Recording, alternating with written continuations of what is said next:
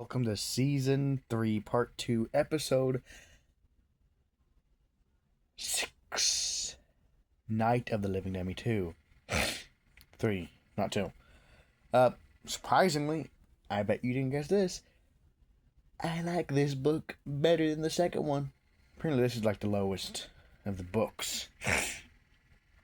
But I love this one. I have this one as well. Doesn't have trading cards. Story begins with the main characters, just like the episode, but it's very different. I didn't realize the book was different from the episode until I read it. Ending I prefer in the book than the episode. The episode was dumb. He's just like, turned his head around, he's like, see you around, cousins. Wow, totally an American show, totally not a Canadian show, cousins. I mean, it does have the guy from Star Wars. I haven't seen the Star Wars movies. I've seen the Family Guy parodies, and that's it. Anyways, story begins. I will use this. This was one of the first season 3 books I've read that I finished. Was this one? That's why I like it so much. So Trina and Dan and their family live in a house. You know, their uncle and nephew, or uncle and cousin,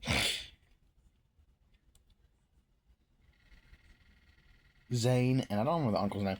Uncle doesn't really matter about the uncle. Don't matter. Don't care about him. So they're hanging out, but their dad got a new dummy called Smiley. I bet you can guess who Smiley is. Oh wait, there you go. I'm surprised he's not coming to attack me.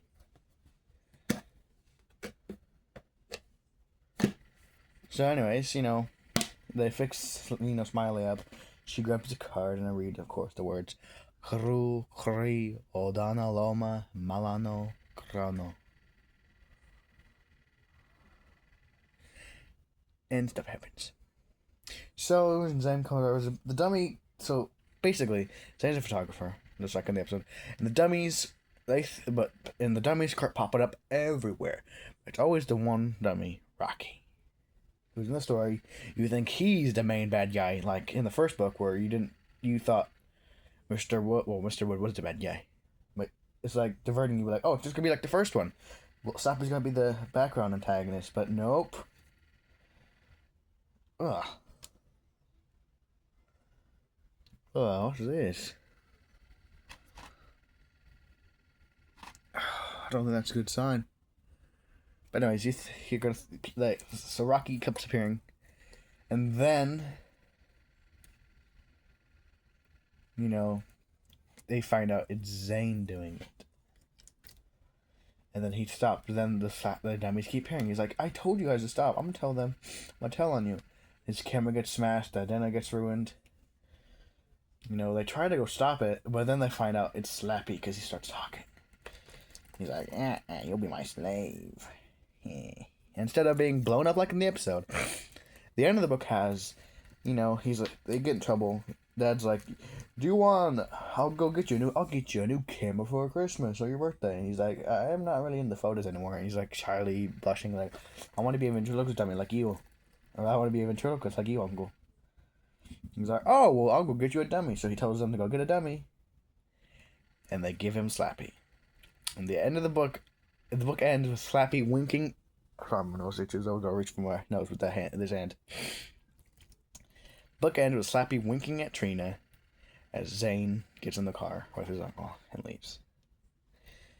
I definitely like this ending better than the episode. It's just like, because that's stupid, really bad, really bad stuff.